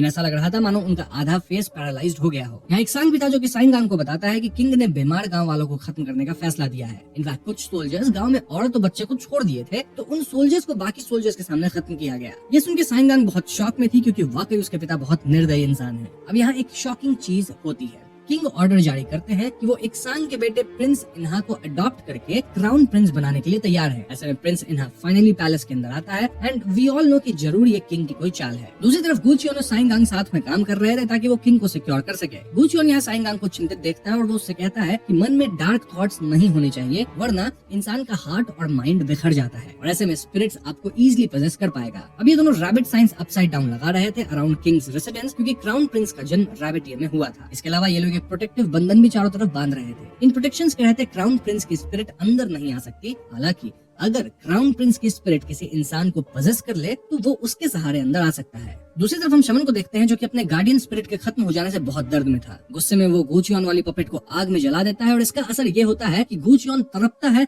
एंड अल्टीमेटली वो पूरी तरह अंधा ही हो जाता है। इनफैक्ट शमन एक नई प्रिसाइडिंग डीटी से जुड़ चुका था क्योंकि पुरानी डीटी तो खत्म हो चुकी है ना, तो अगर वो नई डीटी या गार्डियन स्पिरिट से नहीं जुड़ता तो वो बच नहीं पाता। गूचियन यहाँ साइंगांग को बताता है कि उसके विजन को रिस्टोर करने का अब सिर्फ एक तरीका बचा है, लेकिन ये तरीका बहुत खतरनाक है जिसे वो ट्राई करना नहीं चाहता। और हाँ, क्योंकि गूचियन अब अंधा हो चुका है तो वो अब किंग की रक्षा नहीं कर सकता। उधर क्वीन डावेजर अपना दिमाग चला के कहती है कि उन्हें साइंगांग का स्किन कलर थोड़ा डिफरेंट लग रहा है, कहीं उसके ऊपर किसी स्पिरिट का साया तो नहीं। देन क्वीन वाज लाइक कि feng shui master pond lady की स्पिरिट को खत्म कर दिया है क्योंकि मुझे खुद लाइट फील हो रहा है, लेकिन फिर भी किंग का आखिरी बेटा समाप्त हुआ, यानी शायद यहाँ एक और इविल स्पिरिट है। बुढ़ी क्वीन तो ये तक दिमाग लगा लेती है कि उसके पति जो कि पुराने किंग थे उनके 4 बेटे समाप्त हुए, लेकिन अभी वाला किंग बच निकला। इसका मतलब ये तो नहीं कि अभी वाला जो किंग है उसने ही अपने 4 भाइयों को निपटाया ताकि उसे गद्दी मिल सके। एक बात तो क्लियर है कि इन सब में स्पिरिट्स का हाथ तो नहीं था। तभी खबर आती है कि इक्सांग का बेटा प्रिंस इन्हा भी मुंह से खून की उल्टी करके बेहोश हो चुका है, और देखा जाए तो ठीक इसी तरह सारे प्रिंसेस समाप्त हुए थे। प्रिंस इन्हा को तुरंत चिकित्सक के पास भेजा जाता है और वहाँ उसके पास कुछ स्वीट बॉक्सेस मिलते हैं। ये वही बॉक्सेस थे जो कि साइंगांग लाई थी क्वीन के पास, यानी कि बॉक्सेस पे सेम लोटस सिंबल था। साइंगांग की माँ ऐसी ही मिठाई खा के निपट गई थी और कोई फिर से यही जहरीली मिठाई वाली बॉक्स प्रिंस इन्हा को दिया, जिससे प्रिंस इन्हा का ये हाल हुआ। जब ये बात साइंगांग को पता लगता है तो अब उसका शक अपने ही पिता पे जाता है। इसका मतलब ये भी है दोस्तों कि शायद साइंगांग के पिता ही उसकी माँ को स्वीट बॉक्स भेजे होंगे ताकि साइंगांग की माँ निपट जाए। इस बात से साइंगांग बहुत अपसेट होती है और वो अपनी ग्रैंड मदर के पास जाके ये सब बोलने लगती है। देखा जाए तो साइंगांग का दिल और दिमाग बिखर रहा था और इस स्टेट में किसी स्पिरिट का उसको पजेस करना काफी आसान था। जो भी हो, ग्रैंड मदर यहाँ साइंगांग को शांत करती है और उसे पीने के लिए ड्रिंक देती है। ड्रिंक पीते वक्त साइंगांग को फील होता है एज इफ उसकी माँ उसे पीछे से पुकार रही हो। साइंगांग पीछे भागती है और वो पाती है कि ग्रैंड मदर सुकबिन के चेम्बर्स में हर जगह जमीन पे कुछ स्पेल्स वगैरह एम्बेडेड थे जिससे स्पिरिट्स को दूर रखा जा सके। इनफैक्ट इस चेम्बर के बाहर कई स्पिरिट्स थी और उनमें साइंगांग की माँ भी खड़ी थी। जब तक साइंगांग इस सब बात को समझ पाती वो एकदम से बेहोश होकर गिरने लगती है। इस पॉइंट पे ग्रैंड मदर सुकबिन अपना असली राज खोलती है, स्टार्टिंग विद कि उन्होंने अभी अभी साइंगांग को पॉइजन किया है। सुकबिन कहती है कि ये जहर उतना स्ट्रॉन्ग नहीं है कि साइंगांग निपट जाए, रादर उसकी बस आवाज चली जाएगी और शायद वो जिंदगी भर के लिए पैरालाइज्ड हो जाए। देन सुकबिन वाज लाइक कि सभी को जहर देके मैं ही मारी थी, ना कि किंग। जी हाँ दोस्तों, सुकबिन बताती है कि वो बस कॉन्सर्ट थी और भले उन्हें तब के किंग से बेटा हुआ था, लेकिन उनका बेटा कभी किंग नहीं बन पाता, इसीलिए वो 4 क्राउन प्रिंसेस को निपटा दी, जिससे उनका बेटा अब किंग बन चुका है। यानी कि अभी जो किंग है वो सुकबिन का अपना बेटा है। सुकबिन बताती है कि वो सब कुछ बहुत चालाकी से प्लान की, लाइक वो सर्पेंट स्किन शेड वाली बात लिखवाई थी ताकि क्वीन फेवरेट कॉन्सर्ट लेडी के खिलाफ चली जाए, और फिर फेवरेट कॉन्सर्ट लेडी के साथ क्या हुआ वो हम सब जानते ही हैं, वो खत्म हो गई और पॉन्ड स्पिरिट बन गई थी। इससे होगा ये कि सारा इल्जाम पॉन्ड स्पिरिट पे चला जाएगा, जबकि सुकबिन ही क्राउन प्रिंसेस को खत्म कर रही थी। सुकबिन ही सॉल्ट स्टोर हाउस में आग भी लगाई थी जिसमें कई कोर्ट लेडीज खत्म हुई थी। यानी कि दोस्तों ये सब काम क्वीन डावेजर का नहीं था। इनफैक्ट ये जहर वाली बात ना सिर्फ करंट किंग को पता थी बल्कि साइंगांग की माँ को भी पता थी। सुकबिन के प्रेशर में साइंगांग की माँ भी जहर मिलाने का काम करती थी और करंट किंग भी इस चीजों को देख रहा था लेकिन कुछ बोल नहीं पाता था। सोच के देखो, साइंगांग की माँ एक मामूली कोर्ट लेडी थी, स्टिल वो करंट किंग के करीब आ गई थी क्योंकि दोनों इसी सीक्रेट को शेयर करते थे। एक पॉइंट पे साइंगांग की माँ सब कुछ रिवील करने की ठान ली थी और तब सुकबिन उन्हें न सिर्फ पैलेस से निकलवा दी बल्कि जहरीली मिठाई भिजवा के खत्म भी करवा दी। अब ये बातें सुन के साइंगांग बहुत अपसेट होती है, यानी उसका माइंड और हार्ट फ्रैक्चर हो रहा था और ऐसे में क्राउन प्रिंस की स्पिरिट उसे भड़काती है, सेइंग कि उसे ही सबको बचाना होगा। साइंगांग बहकावे में आके वो कपड़े की पोटली गिरा देती है जिसकी मदद से ही वो पोजेशन से बच पा रही थी, और पोटली गिरते ही क्राउन प्रिंस की स्पिरिट साइंगांग को पोजेस कर लेती है। ये स्पिरिट सबसे पहले साइंगांग के अंदर से पिया हुआ लिक्विड उल्टी करवाती है ताकि साइंगांग जहर से बच पाए। देन ये स्पिरिट सारे सील्स को तोड़ देती है जिससे बाहर खड़ी सारी स्पिरिट सुकबिन पे हमला कर देती है और यहीं पे सीन कट होता है। अब अगले सीन में गूचियन यहाँ आके फील कर पाता है कि सील्स वगैरह तोड़े गए हैं, साथ ही सुकबिन अब पूरी तरह बीमार होकर बेडरिडन थी। इन बातों को कनेक्ट करके गूचियन समझ जाता है कि जरूर सुकबिन बेकार औरत है, तभी वो अपने चेम्बर्स के बाहर इतने सील्स लगाती है और तभी स्पिरिट्स उन पे हमला करी। रही बात सांग्यांग की तो वो यहाँ से गायब थी। हालांकि गूचियन को वो कपड़े वाली पोटली जरूर मिल जाती है, इससे वो समझ जाता है कि सांग्यांग अब पजेस्ड स्टेट में हो सकती है और इसमें गूचियन को वो करना पड़ेगा जो वो करना नहीं चाहता था। I mean, वो अब नई आईज लेने की कोशिश करेगा जिसके लिए वो स्पिरिट वर्ल्ड में वापस जाने वाला था। जाने से पहले गूचियन छोटी कोट लेडी को एक पुतला देता है जिसपे वो अपना खून से कुछ सिंबल बनाया था और वो इस पुतले को रॉयल गार्ड वाले क्वार्टर्स के बाहर लटकाने को बोल देता है। इससे इससे होता यह है कि स्पिरिट वर्ल्ड में जो वो दुमोही स्पिरिट थी ना, वो इस पुतले को गुचियोन समझ के हमला कर देती है, क्योंकि इस पे गुचियोन का खून था। वहीं गुचियोन ऊपर से तलवार लेके इस स्पिरिट का सर ही अलग कर देता है। देन वो इस गुई में स्पिरिट की 2 आंखें निकाल के खुद लगा लेता है, जिससे उसकी विजन वापस आ जाती है। इनफैक्ट हम उसकी आईज को एकदम ऑरेंज जैसा होते देख पाते हैं। वैसे ये स्पिरिट का भले सर अलग हो गया है, लेकिन वो हील तो कर ही जाएगा। नाउ वी टॉक अबाउट सांग्यांग। वो पजेस्ड हालत में किंग के क्वार्टर्स में एंटर करती है। याद है ना, क्राउन प्रिंस की स्पिरिट यू तो एंटर नहीं कर सकती थी बिकॉज ऑफ प्रोटेक्शन, लेकिन वो किसी को पजेस करके उसके थ्रू एंटर कर सकती थी। स्पिरिट वर्ल्ड का नजारा ही अलग था, जहाँ हम देखते हैं कि क्राउन प्रिंस स्पिरिट एक्चुअली में सांग्यांग को अपने टेंटिकल्स में जकड़ के घसीट के ले जा रहा था। वहाँ गुचियोन को जल्दी करना होगा, वरना पजेस सांग्यांग किंग को निपटा देगी। अभी गुचियोन के सामने सांग्यांग की माँ की स्पिरिट आती है और वो गुचियोन से गुहार लगाती है कि वो सांग्यांग को बचा ले। बस फिर क्या था, गुचियोन तुरंत स्पिरिट वर्ल्ड में क्राउन प्रिंस स्पिरिट के पास जाता है और उस पर हमला करता है। क्राउन प्रिंस स्पिरिट के चंगुल में सांग्यांग थी और वो उसके गर्दन पे अपनी तलवार रख देता है। इससे छोटा कट होता है और रियल वर्ल्ड में सांग्यांग की गर्दन पे हम ब्लैक कट आते देखते हैं। गुचियोन हमला नहीं कर सकता था, वरना क्राउन प्रिंस स्पिरिट सांग्यांग को खत्म कर देता। इसलिए गुचियोन यहाँ सांग्यांग को समझाना शुरू करता है। वो कहने लगता है कि उसे अपने माइंड और हार्ट को स्टेबल करना होगा और वो अपने पिता और माँ से घृणा ना करे। लोगों को खत्म करवाने का सारा प्लान सुखबिन का था और उसके पिता और उसकी माँ तो बस सुखबिन के पपेट्स थे। सांग्यांग को याद आता है कि कैसे उसकी माँ अच्छी इंसान थी जो कि उससे प्यार करती थी, और इन्हीं मेमोरीज के कारण सांग्यांग को फाइनली स्पिरिट वर्ल्ड में होश आता है। होश में आते वो क्राउन प्रिंस स्पिरिट पे हमला कर देती है और मौका पाके गुचियोन भी अटैक करता है। अब सांग्यांग यहाँ क्राउन प्रिंस के पैर पे चाकू मारी थी, लेकिन रियल वर्ल्ड में वो अपने ही पैर पे हमला की थी, जिससे वो होश में आ गई। होश में आते वो रियल वर्ल्ड में तुरंत किंग के क्वार्टर से बाहर जाती है और जल्द ही गुचियोन भी स्पिरिट वर्ल्ड से बाहर आकर सांग्यांग से मिलने आता है। एक्चुअली स्पिरिट वर्ल्ड में जैसे ही सांग्यांग अपने होश में आई तो क्राउन प्रिंस भाग निकला। अब गुचियोन रिवील करता है कि स्पिरिट वर्ल्ड में वो सांग्यांग की माँ की स्पिरिट से मिला था, लेकिन उनकी स्पिरिट अब डिवाउर हो चुकी है। कैसे?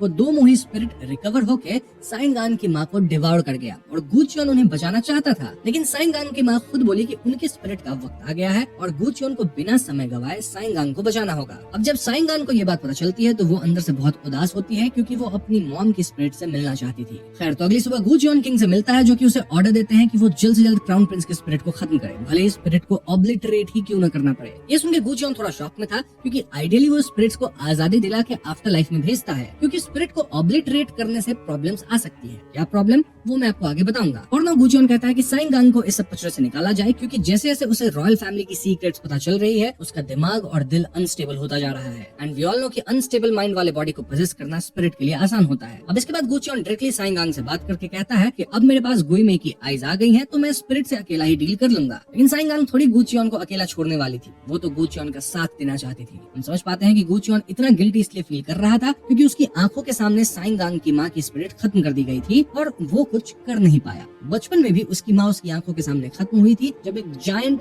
फिश स्पिरिट उन्हें खा गई थी, और तब भी गुचियोन कुछ कर नहीं पाया था। इसलिए गुचियोन अब अकेले फाइट करना चाहता था ताकि कोई और उसके कारण खत्म ना हो। एनीवेज, दूसरी तरफ क्वीन डावेजर किंग को अपने क्वार्टर्स में बुलाती है, जहाँ इक्सांग और बाकी मंत्री लोग बैठे थे। यहाँ क्वीन डावेजर किंग पे इल्जाम डालती है कि वही इक्सांग के बेटे को मिठाई के डब्बे में जहर मिला के दिया है। इनफैक्ट वो ये तक कहती है कि किंग ही अपने 4 भाई को खत्म किया था ताकि वो गद्दी पे बैठ सके। यहाँ वो जहरीली मिठाई के डब्बे को पेश किया जाता है और ऐसे में किंग इन सब के सामने उस डब्बे से सारी मिठाई खा जाता है। किंग को कुछ नहीं होता है, दिस प्रूव्स कि डब्बे में कोई जहर नहीं था। अब किंग कहता है कि प्रिंस इन्हा की बॉडी को पहले से बाहर रखा जाए, और जैसे ही ये लोग ऐसा करते हैं प्रिंस इन्हा हील होने लगता है। जी हाँ दोस्तों, इतना ही नहीं, प्रिंस इन्हा कहता है कि उसे स्पिरिट ने धमकी दी है कि वो किसी भी रॉयल ब्लड लाइन को गद्दी पे बैठने नहीं देगा। इससे प्रूव होता है कि प्रिंस इन्हा पे वाकई कोई स्पिरिट ही हमला की थी, ना कि उसे जहर दिया गया था। और ये प्रूव होते किंग क्वीन डावेजर पे चिल्लाता है, इनफैक्ट उन्हें पैलेस छोड़ने की सजा सुनाता है। अब आप सोचेंगे कि ऐसा कैसे हो पाया। वेल, इट वाज क्लियर कि क्राउन प्रिंस की जो स्पिरिट है वो अब किसी को गद्दी पे बैठने नहीं देगी, और ये बात किंग को पता थी। तो किंग को प्रिंस इन्हा को जहर देने की जरूरत थी ही नहीं, ऐसे ही प्रिंस इन्हा बीमार पड़ने वाला था। हाँ दोस्तों, यही किंग की एक चाल थी। वैसे दोस्तों, यहाँ सोचने वाली बात यह है कि अगर किंग और उसकी असली माँ वाकई में जहर दे के ही सबको खत्म करते थे, मतलब 30 साल पहले, तो भले किंग अपने भाई लोगों को इस तरह से खत्म किया होगा, लेकिन वो अपने बच्चों को क्यों ही खत्म करेगा? इसका जवाब हमें जल्द ही आगे मिलेगा। खैर, अब किंग को मालूम पड़ता है कि प्लेग कैपिटल सिटी के बाहर तक आ गया है। इनफैक्ट हम किंग को भी सफर होते देखते हैं। किंग तुरंत गुचियोन को बुलाते हैं, जो कि अपनी गुई में वाली आई से देख के बताता है कि किंग के आसपास उन लोगों की स्पिरिट्स है जिन्हें किंग ने खत्म करवाया था। आई मीन प्लेग इन्फेक्टेड गाँव के लोग थे ना, उनको किंग ने खत्म करने का ऑर्डर दिया था, राइट। तो उनकी ही स्पिरिट्स अब किंग के इर्द गिर्द है। अब आइडियली ऐसा होता नहीं है क्योंकि गांव वाले खत्म होके वोंगुई बनते हैं जो कि बहुत सिंपल होते हैं। उनका ग्रज उस सोल्जर से होगा जो कि उन्हें खत्म किया था, ना कि किंग से जो कि ऑर्डर दिया था। इसमें इनकी इन वोंगुईस को कोई बड़ी स्पिरिट गाइड कर रही है किंग पे हमला करने के लिए, एंड ऑफ कोर्स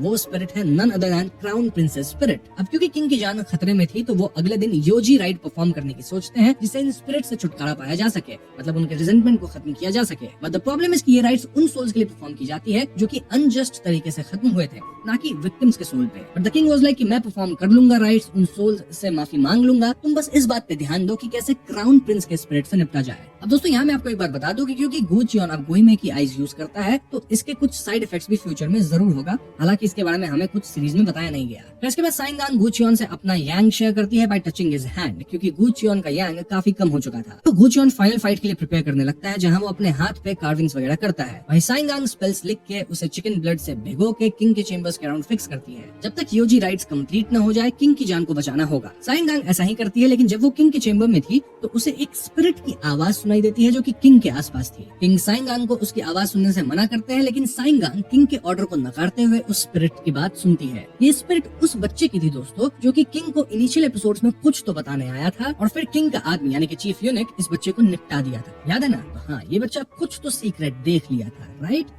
वेल, यही सीक्रेट अब रिवील होगा जो कि सबसे बड़ा ट्विस्ट है। सो किंग का तीसरा बेटा जो कि क्राउन प्रिंस स्पिरिट बनके फिलहाल बदला ले रहा है, वो भी साइंगांग की तरह ही स्पिरिट्स को सुन सकता था। जी हाँ दोस्तों, उसने ये बात छिपा के रखी थी और यही सीक्रेट इस बच्चे को पता चल गया था। अब किंग की फैमिली में ये स्पिरिट्स को सुन लेने वाली बात उसकी माँ की साइड से आया था, मतलब ये इनहेरिटेंस जैसा था। Now, इस पॉइंट पे आप बोलोगे कि इसमें कौन सी ऐसी छुपाने वाली बात है? आई मीन साइंगांग भी तो सुनती है, तो क्या ही प्रॉब्लम है? वेल, क्राउन प्रिंस जो था वो स्पिरिट्स वगैरह से बात करके ये पता कर लिया था कि उसके पिता गद्दी पे बैठने के लिए अपने 4 भाइयों को जहर देके निपटा दिए थे, मतलब सुखबिन ऐसा करवाई थी, और तब ब्लेम किसी स्पिरिट के कर्ज पे डाल दिया गया था। अब ये क्राउन प्रिंस तीसरा बेटा है तो वो गद्दी पे नहीं बैठेगा, ब्रदर बड़ा बेटा ही बैठेगा, राइट। वो भी अपने पिता और ग्रैंडमदर की तरह चाल चला जहाँ वो अपने दोनों बड़े भाइयों को ठीक उसी तरह से जहर देके निपटा दिया और इसका ब्लेम पॉन्ड स्पिरिट पे डाल दिया गया। जी हाँ दोस्तों, लेकिन किंग को क्राउन प्रिंस पे शक हो चुका था और इसीलिए किंग अपने तीसरे बेटे यानी क्राउन प्रिंस को जहर दे दिया क्योंकि वो अपने ही भाइयों को खत्म किया है। खत्म होने से पहले क्राउन प्रिंस पूरा ही जहर खुद से पी गया, सेइंग कि मैं अकगुई बन के वापस लौटूंगा और अगर मैं गद्दी पे नहीं बैठ सकता